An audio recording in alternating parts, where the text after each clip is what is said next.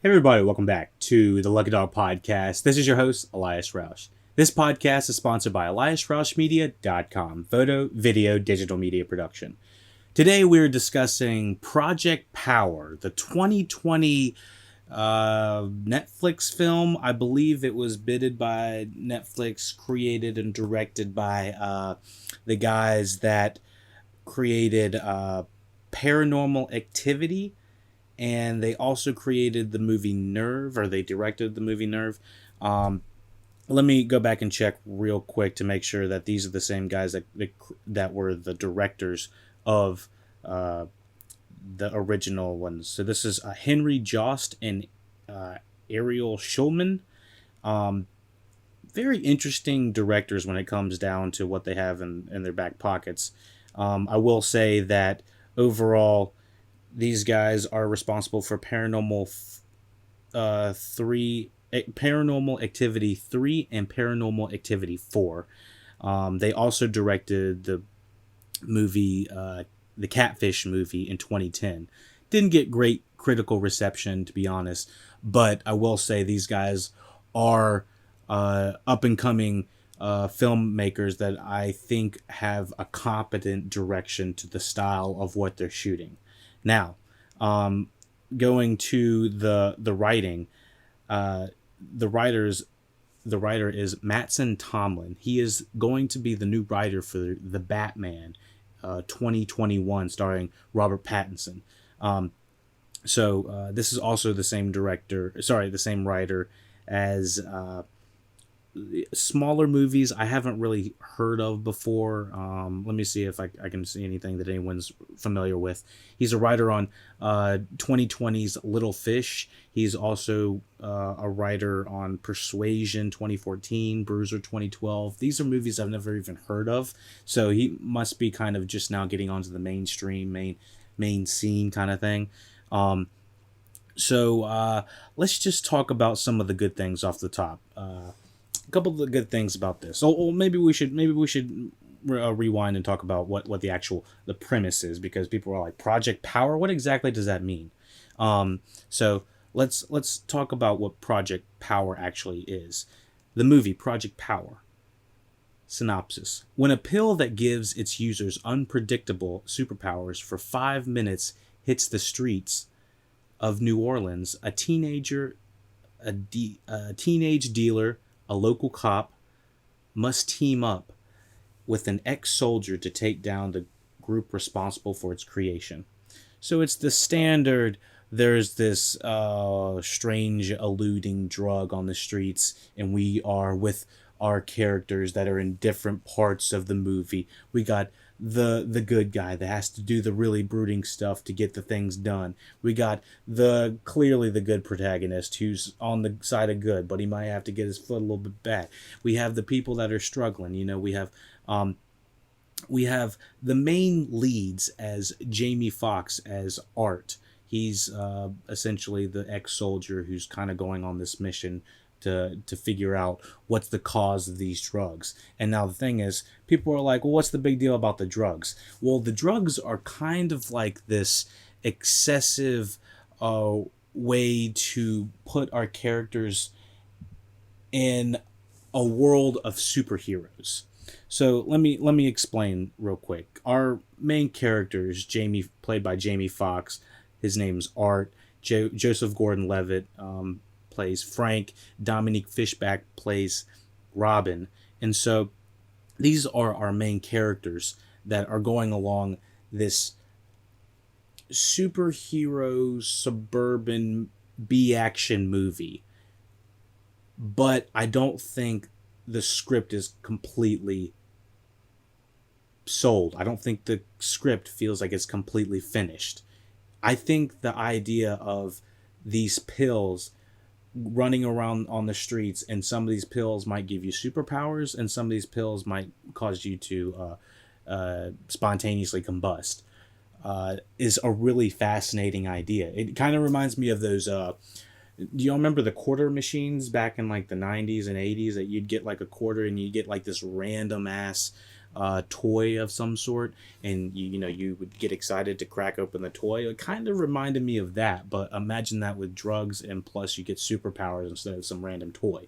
So yeah, I thought the premise for the actual movie was pretty a pretty original concept when it came down to the two spectrums of kind of having like this projects kind of suburban underground drug dealing world meets the superhero world, and kind of smashing them together in a way they do it competently.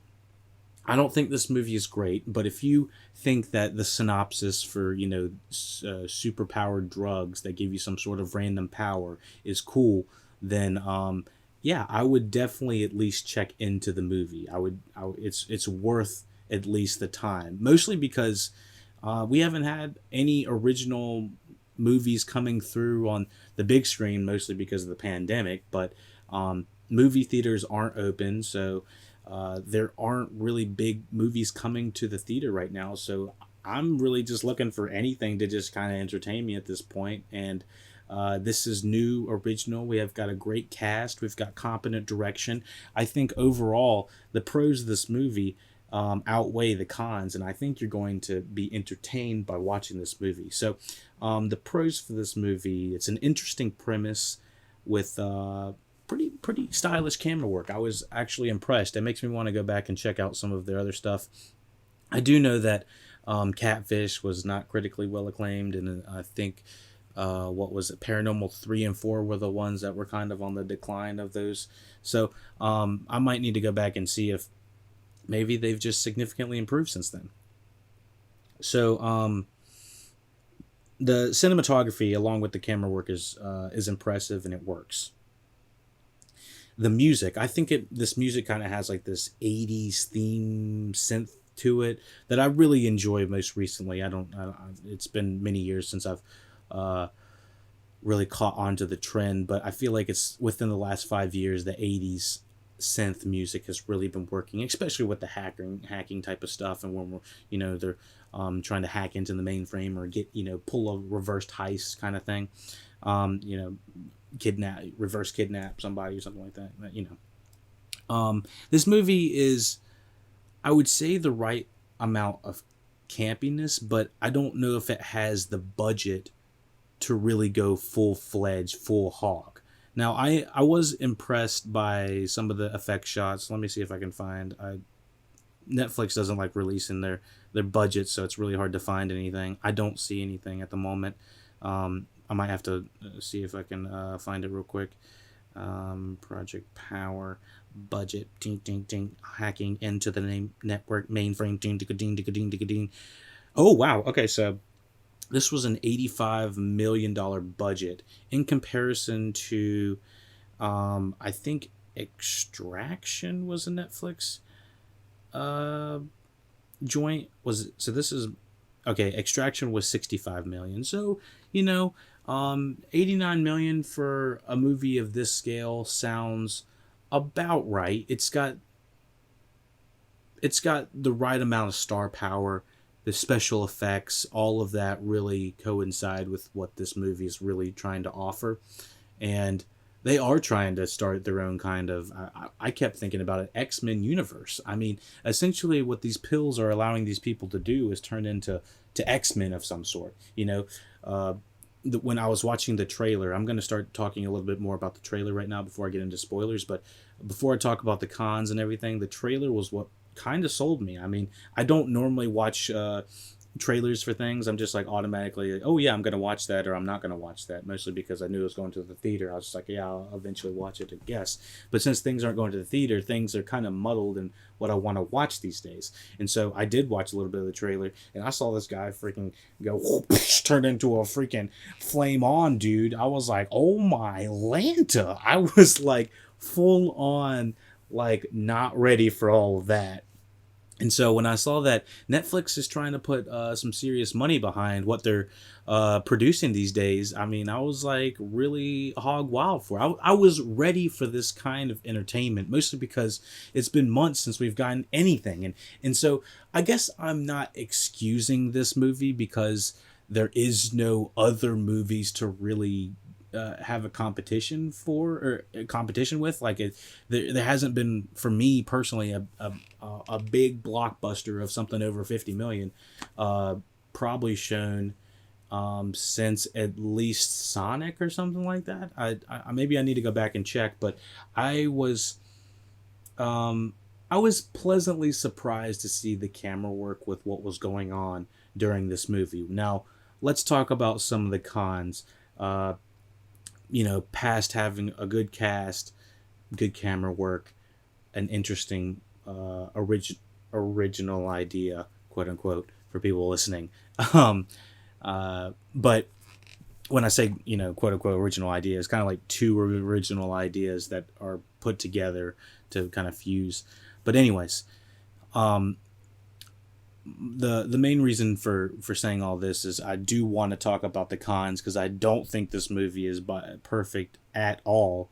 Let me see what we got for the cons. Okay, so the biggest con that we are going to talk about before going into spoilers, because anything else is going to be in spoiler territory, is the script. The script is nada. It's not great. It's not, I don't want to say it's actively bad, but I don't want to say well, I've heard some people say that this script feels incomplete, and I don't disagree with them. I think that they had a great idea. They said, let's give these pills to, I guess, the quote unquote projects, give them for free. We'll allow people to have these pills, but they didn't think past that. They didn't think past having the power, past the risk. And so that's where it kind of feels like it's a little bit muddled, and they kind of start like, running, spinning their wheels a little bit as they are trying to figure out where the movie is going to land. And so, in my opinion, they have a really strong first act and strong setup, strong world building in a way for how, for the $89 million budget, and the special effects are, are enough to keep you entertained. And for me, I was entertained the majority of the time. I was not bored. 2 hours is about right, but I could definitely see that they are going to try to expand on this world. And so, with saying that the script is the biggest problem, let's go into detail about what we thought about, was the problem with Project Power, specifically in detail. All right, let's talk about it.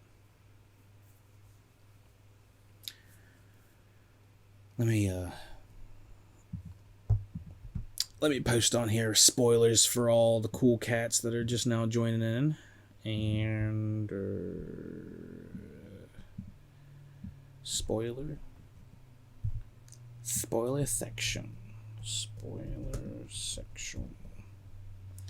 Oh, how does it feel to be in the spoiler section? There we go. Why is... Oh, I got you. There we go. All right, so thank you for watching live. Anyone watching live or watching the VOD, supporting the LuckyDog podcast. We could not do this without your support. And so, let's talk about this movie in spoilers. Project Power.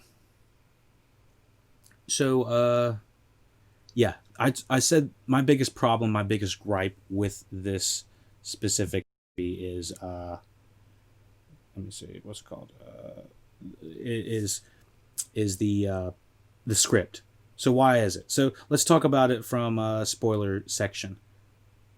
Free drugs. First of all, no way in hell is anyone getting free drugs. That should be the biggest red flag. MGK at the beginning of this should have been like, Newt should have had something to say about some free drugs, because that didn't even make any sense.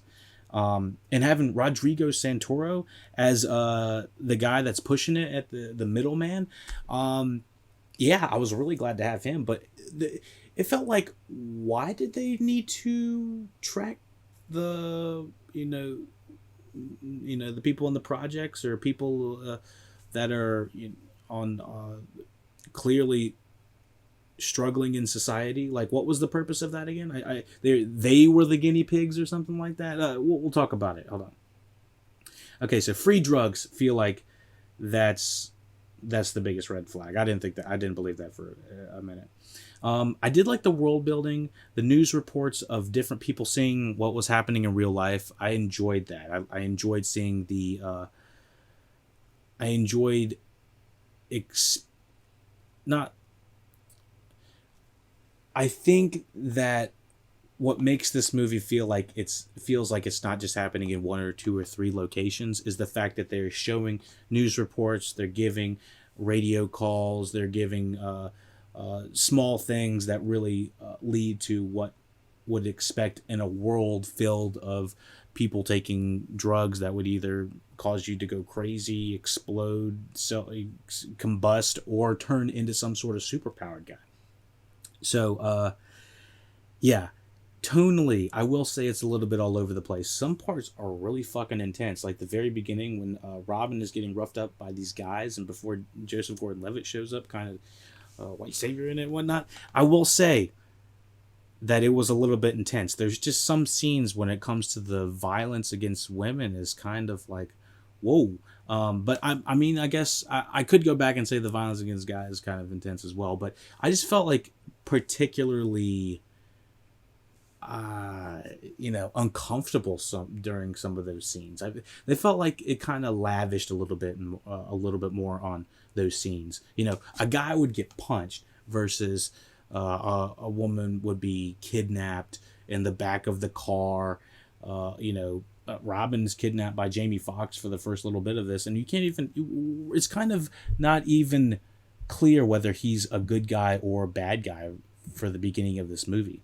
So that was the one thing I was just a little bit unclear about. So let me see something quick. All right.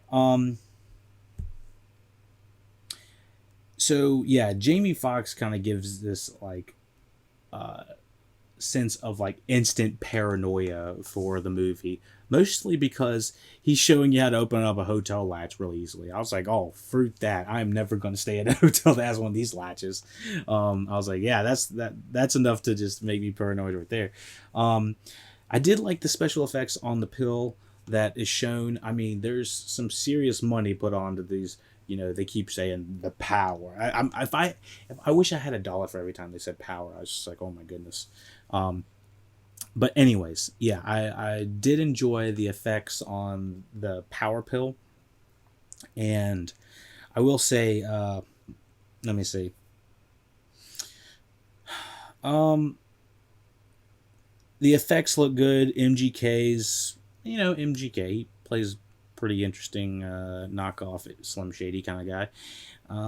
The crazy old lady downstairs knows it's Newt. She knows that Newt is on fire. Like it would.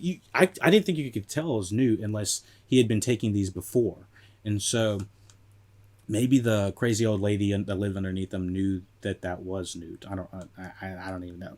Starts whacking Jamie Foxx. Whoosh, whoosh, whoosh. Also, at the beginning, we also are introduced to Robin a little bit. We find out that she can rap, and that's her quote unquote power.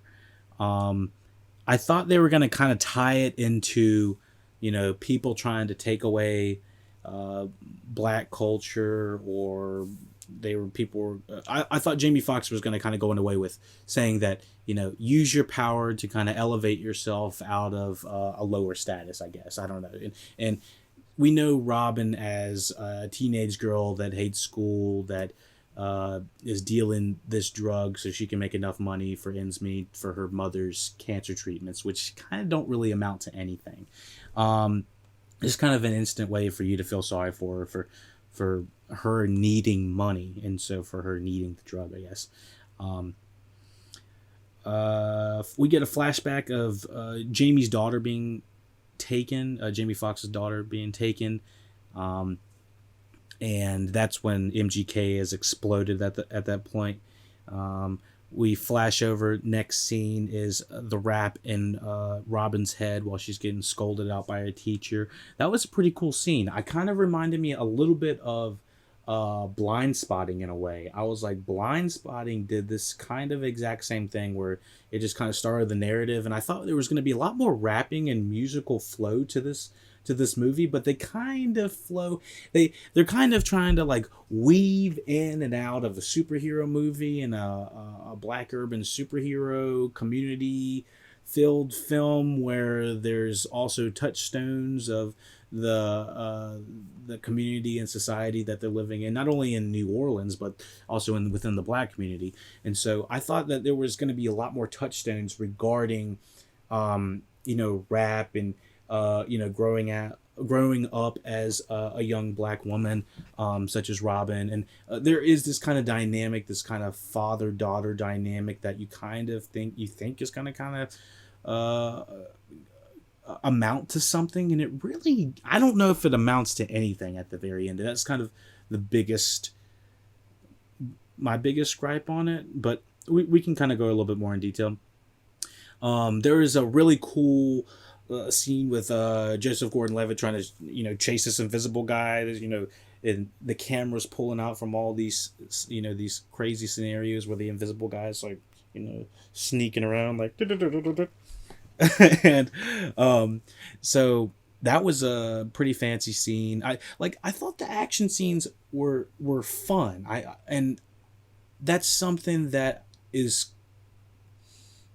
I feel like it probably would have been missing in many other films, which is why I'm kind of giving this a little bit more of a pass. I had an actively fun time watching the action film aspects of this, despite the script not really serving everything that I needed it to. So what do we got? So we see Joseph Gordon-Levitt all of a sudden takes his power, and it's like in 5-minute increments, and so he gets shot by the invisible guy while on the power. It's like like some craziness. I thought he got infused with the power, not that he turned bulletproof. So I was sometimes confused about what the actual power was, but I was like, okay.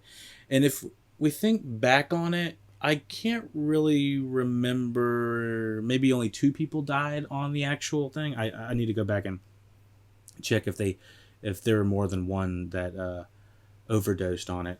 I think the frozen lady might have overdosed on it. I was kind of confused about what the hell the power was for her anyway. Turned into an ice sculpture. So we find out that the power is for government tracking systems, I guess, within they're giving them to the poor as as if they're guinea pigs. They're testing them almost. So I was like, why wouldn't they just use your cell phone, which what all of these people are using? I mean, half the time all these people have cell phones on them. Why wouldn't they just be tracked by that way? I guess because they wanted to test to see if the power that gives you animal power would do anything. I don't know. And I'll talk about that in a little bit. The fact that the powers are based on something that was extracted from animals of some sort, it doesn't make it. It's a big leap in logic from what the heck's going on. But I was like, okay, whatever you say. Let me see. We see the reversed bullets in one of the guys that is shot when Jamie Foxx is trying to save Robin at one point. That was kind of cool. It's just like the bullets come out of him. So it was interesting to see the different power sets and the different special effects and the ways that they would make it interesting to see, people taking this power. Let me see what else we got. Jamie Foxx gets shot, and that's kind of when we see a little bit more where how his daughter was taken, and we learn a little bit more about them. Jamie Foxx, Robin have kind of this connection a little bit, and he's kind of trying to be like a father figure to her. It's still unclear because up until she's basically pulling a bullet out of his back or wherever the hell it went, and starts rapping to him, it feels like there's a high chance that Jamie Foxx might kill her and that he doesn't care about her. And I feel like tonally that's wrong. The first little bit of this, I was like, I don't even know if Jamie Foxx is supposed to be a good guy or a bad guy. Everyone's like, oh, we need to get him. Joseph Gordon-Levitt. You are going to be taken off the force for using power if you don't get Jamie Foxx. And it's like, okay. And so, yeah, the way the script flips is really quickly, and the way that they start trusting each other doesn't feel exactly organic. So yeah, Joseph Gordon-Levitt just randomly shows up at this point. Pretty impressive once. So this feeds into the next scene with Jamie Foxx going into the main place where everyone's watching this one lady by Santiago Rodriguez. Rodrigo Santoro. Fuck that. It's Rodrigo Santoro as Biggie. So the lead mobster guy, relatively for the movie, Biggie, played by Rodrigo Santoro. People are like, who? It's the sexy Latin dude in Westworld. And so people are like, yes. And in Lost as well, I think. I don't remember any. I haven't seen him too many other things. In 300. We've seen him everywhere. Anyways, Rodrigo Santoro. I don't even know what name I made up. I was like Santigas. I don't know. Rodrigo Santoro. So there's one of the main action scenes is Jamie Foxx kind of sneaking into this like what feels like Taken style secret lair of all these high-powered rich folks that are kind of watching, the women or the quote unquote prize of what's going on. They're watching the drug to get tested, and so Biggie, Rodrigo Santoro, gives this pill to one of the bachelor's wives, I guess, and puts her in this like cryogenic thermo changing temperature chamber, I guess, and we start to see her turn like this icy cool, I believe. And so he's kind of like adjusting the flavor, adjusting the temperature on her, so that on her chamber thing. And so everyone's watching it. Jamie Foxx is kind of like in the background, and I don't know why I'm using the Mario music for that, but he is like and he's like whoosh, whoosh, whoosh, and he gets this one guy's like, and I did hear a complaint about some of the action being a little bit unclear, saying that if the movie really wanted to go hog wild with being rated R, which it should have been, and it probably would have been considered rated R, it did feel like it was dulled down in some parts. Some parts felt a little bit corny, a little bit kooky, tonally off. The comedy was a little bit hit or miss in some of these parts, but in the one-liner zingers kind of thing, I don't think I wrote any really one-liners that were that bad, but they didn't work in a way that were very memorable. So anyways, what else do we got?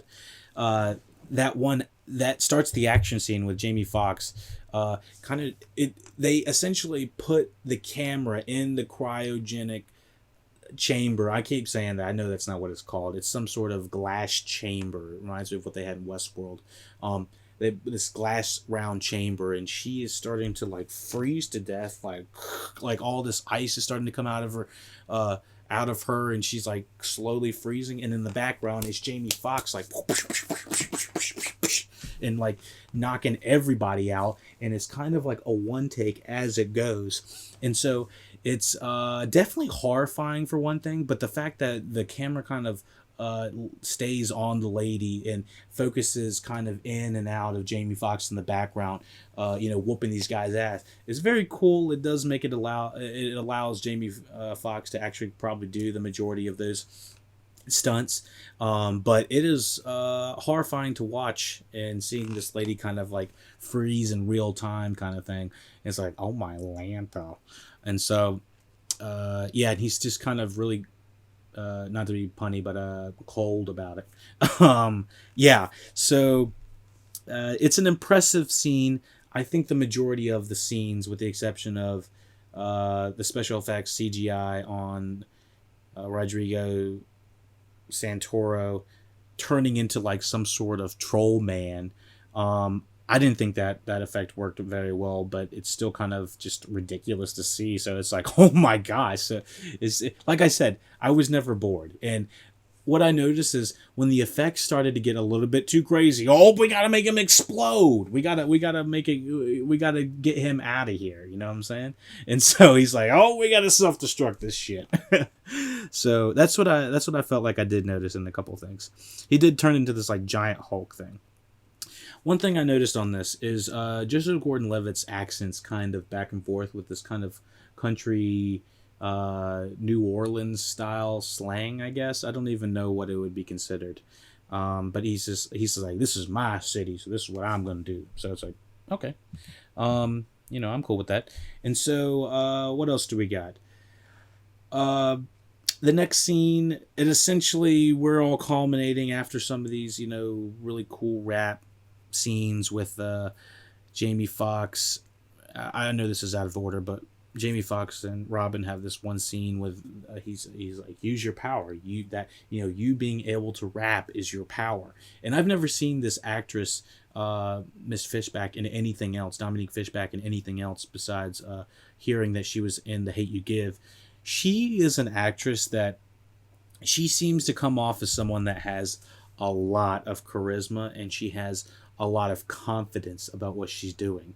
And she kind of sounds like, she might be like holding her head down, kind of like this, kind of playing shy. But I feel like you get her kind of going, and you kind of just get the rap going, get the sack going. You're like, hey, get the back going, get the rap going. And so, you just kind of get I'm not going to go into a rap right now because, obviously, I just feel like she's one of those people that might play kind of coy, like she's like, yeah. But I think she is extremely talented. And Jamie Foxx, I feel like, is talking to her on and off the screen as saying, you are a black woman, you are in this position, you are in one of the most difficult positions to be in America, and you have this incredible gift, you have this incredible power. Use it. You are going to be remembered. And so that's what I think is very interesting about the movie. I kind of wish they would have had a little bit more dynamics like that. I didn't know if we were going to go into a full-on, rap battle at the end of the movie. I was like, there's no one at the end of the movie who she would be rapping that it would make any sense for her to use that. But I did want it to be acknowledged in a way. I don't really exactly know, because it feels like they kind of had a couple things in the air. They're like, oh, she can rap, oh, she has this power, oh, she, her mother's got cancer, one of the main people in the group can cure things. Like, why didn't she cure her cancer? I don't know. I got a lot of questions for the realistic stuff going on, I guess.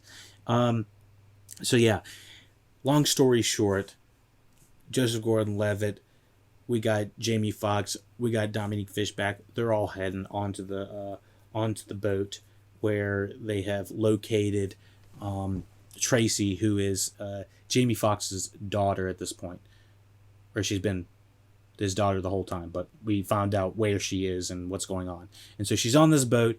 We have to go on there, and from there's a pretty cool.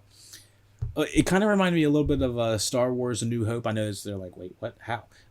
When they're trying to go into the was it the Death Star in A New Hope, and Luke and is it R2-D2 and C-3PO are kind of like messing with all the switches, trying to open things up. It kind of reminded me of that with the same layout on the boat. But long story short, anyways, we're talking about Joseph Gordon-Levitt fighting the arm guy. I was gonna try to find out if this arm guy that he fought was in the same movie, Climax. Maybe I saw the movie Climax, and I swear this is the same guy. I don't think it is actually. C.J. LeBlanc. Oh no, wait, this isn't him. Different guy. Give me 2 seconds. We are going to scan to see if we can find the arm guy. Elevator bouncer, meme, Tyrell, teacher. I don't think I see him. A lot of actors in here. I might have to look, but yeah, there's this one arm guy who's let me see. Arm guy. Thaddeus Crane. That's an interesting name. Yeah, I don't see the arm guy's name. Kind of Leopard Larry, maybe? Is that the thing? Maybe. I don't know. Anyways, this dude doing his arm shiftiness thing with Joseph Gordon-Levitt fighting him. All I got to say is it was a very impressive practical effect. What it looked like, and it kind of reminded me of the same action that Lee Winnell had with shifting the camera when somebody would punch, instead of showing it as a long shot or carrying the camera.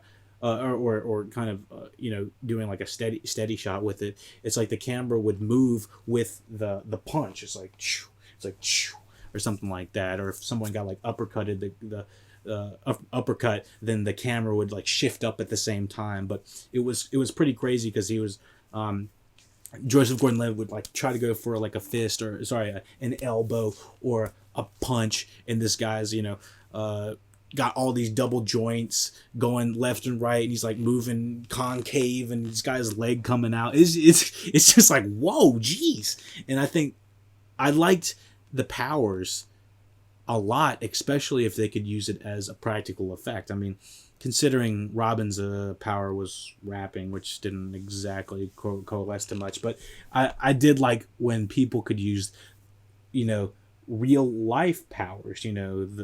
This guy could probably actually move double jointedly. I've got buddies on here that are double jointed in their arms and stuff like that, but not like that and shit like that. Like, that was another level.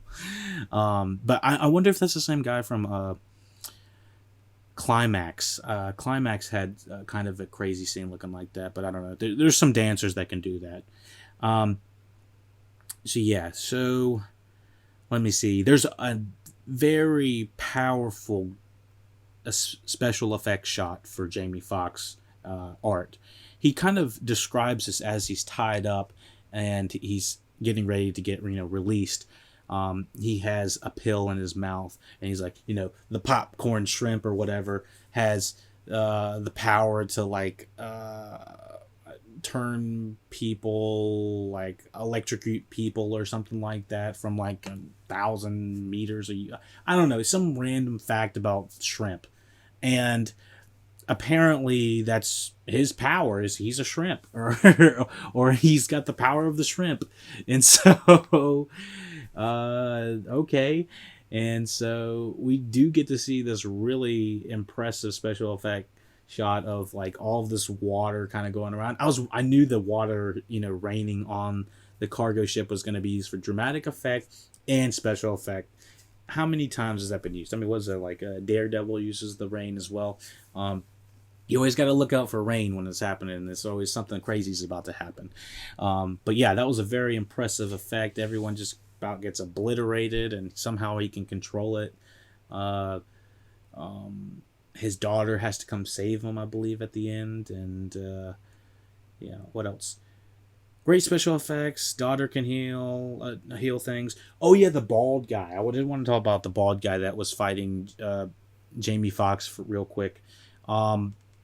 That guy, that guy's getting work. He was also in Westworld as well, and the bald guy. He's like, I think you're hurt with one of my friends, and I think we saw him in Waco as well. That guy's getting some work. I will say that.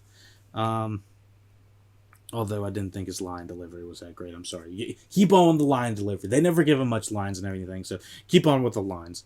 What else we got? My line delivery on some of these wouldn't be good either, so it's okay. Let's see. excuse me, her mother gets a fat stack of cash from Jamie Foxx's truck. I will say, I don't really recall where Jamie Foxx got this money. Maybe he got it at MGK's place or one of the place that he was raiding to get the pills. I'm still kind of in the dark about it. And I was also a little bit in the dark about how his daughter was correlated, except for healing with the having some sort of healing power with the pills, and which felt like that was never part of it. I don't know. Normally it's because of some sort of super soldier thing that it's always leading back to like military, but I will say I thought overall it was entertaining. So the credits, they're stylish, just like everything else in this movie directed by these guys. Very stylish. I like the music. Kind of leaves off on a positive note, I'd say. I was a little bit bummed we didn't see her actual power, but rapping was still very effective in the times it was. Although it didn't really coalesce to her ever using it in a time she really needed it, which I kind of felt like she did need to do it at the classroom setting. That would have been a great opportunity. But still big. I think just being able to see her do that is, even if it's in her mind, is still powerful. Overall, this is clearly a B action movie that is fueled by its urban roots in the back. I'm just fucking all of this up. Sorry. Overall, this is clearly a B action movie that is fueled by its urban roots in the black community. Ultimately, it has some good casting, impressive set action pieces, but the story is only half-baked. Writing is okay. They didn't gain past the fact of wanting to just give people this random pill filled with power. And then so they said, okay, but why would they want that? To track people. Well, we have cell phones to do that. Why wouldn't we just, do that? Well, we didn't really think that far. Okay, so it's like I couldn't really think of a good reason of why any of these people would want to be tracked. Besides, or why the government would want to track them, with the exception of tracking to see what was going on with the reactions of them, and it seems to be definitely not good.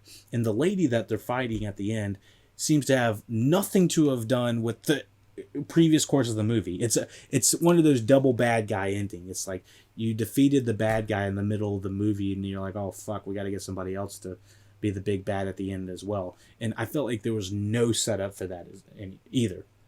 And so, in conclusion, nonetheless, I thought the three main roles worked. I wanted a bit more banter between Joseph Gordon-Levitt and Jamie Foxx and Dominique Fishback. I felt like Dominique Fishback has good banter with Joseph Gordon-Levitt, and she is relatable with Jamie Foxx, but they never come together, in my opinion, all three of them, as like a quote-unquote team until like the last few minutes, which really feel like they need some time to have some banter to go across, bounce off each other a little bit, kind of get to know each other. So yeah. Robin and Foxx having a good moment with her rapping and healing him. Like I said, that's one of the strongest moments of the film, and it doesn't really tie much into what's going on, but with the exception of saying that she has power of some sort. I definitely can see Project Power 2 happening, or just call it something else, honestly. Just keep it going and don't even have to put a 2 at the end. They'll probably bird box this shit and just continue it, is what my guess is going to be. But basically, this feels like Netflix's attempt at kind of having their own superhero startup section, but it's also done in a way that's kind of original, with showing it as urban superhero movie, but it needs to tie into, you know, something that means something. I feel like they skim the surface on so many things on this movie. They say, oh, yes, this, you know, being a black woman at this time is difficult, but how can we improve? How can we get better? And it's not, it feels like they just kind of point out problems and stuff like that, and they're not exactly addressing how to make the world a little bit better, make it so that she is going to actually have a fighting chance, and so that she doesn't have to just rely on rap, or the fact that her mother's got cancer and all this other things that she's having to deal with at such a young age. It just feels like giving her a stack of cash, telling her to use her rap power is not the answer that should have come from this. It feels like there should have been a little bit more of a message, I guess. And that's kind of where I'm faulting this at. I'd definitely give this still a 7 out of 10. It entertained the hell out of me, but when it comes to meaning anything, I couldn't tell you if any of it meant anything. And maybe it's not supposed to. Maybe not all entertainment needs to have a meaning. But I will say, if they were shooting for it, they shot a little bit short of it. And maybe in Power 2, they can emphasize what they were really gunning for at that point. So, yeah, I overall enjoyed Project Power. Let me know what you thought about Project Power. Let me know what you thought about the review. Join us. Thank you, everybody, for joining us on Twitch. Everyone that is watching live and on VOD, could not do this without you and your support. So if you want to get this podcast early, you know, besides getting it, you know, straight up on Twitch live, yeah, you can come on Twitch, LuckyDog Podcast, ask questions, talk to us, let me know what you thought about Project Power and other TV, movies, media, games, whatever we're talking about. You can come on Facebook, Instagram, YouTube. We're not live on those, but we do pop up occasionally on those. We post all of the podcasts early on YouTube, and every Tuesday it's released, mastered with maybe a little bit of musical something razzle dazzle, because YouTube's all weird about the copyright stuff, so I just leave it on the audio version. So if you want the mastered version, just go on at LuckyDog Podcast at SoundCloud. If you want to support the podcast, paypal.me/TheLuckyDogPodcast, for all donations, anything supporting wise, that would obviously very much help us at the Lucky Dog Podcast. Check the description, check the notes for anything that we're the comments. Check all of that out. If we have anything we're fixing, if we messed up on the podcast, we have corrections or stuff like that. I'm obviously not perfect, but we can try to improve on anything that we have messed up on. So that's all we can do. Thank you for listening, watching Lucky Dog Podcast, supporting, whatever you're doing. Take it easy. And I'm about to pop a power right now. Just what the fuck is my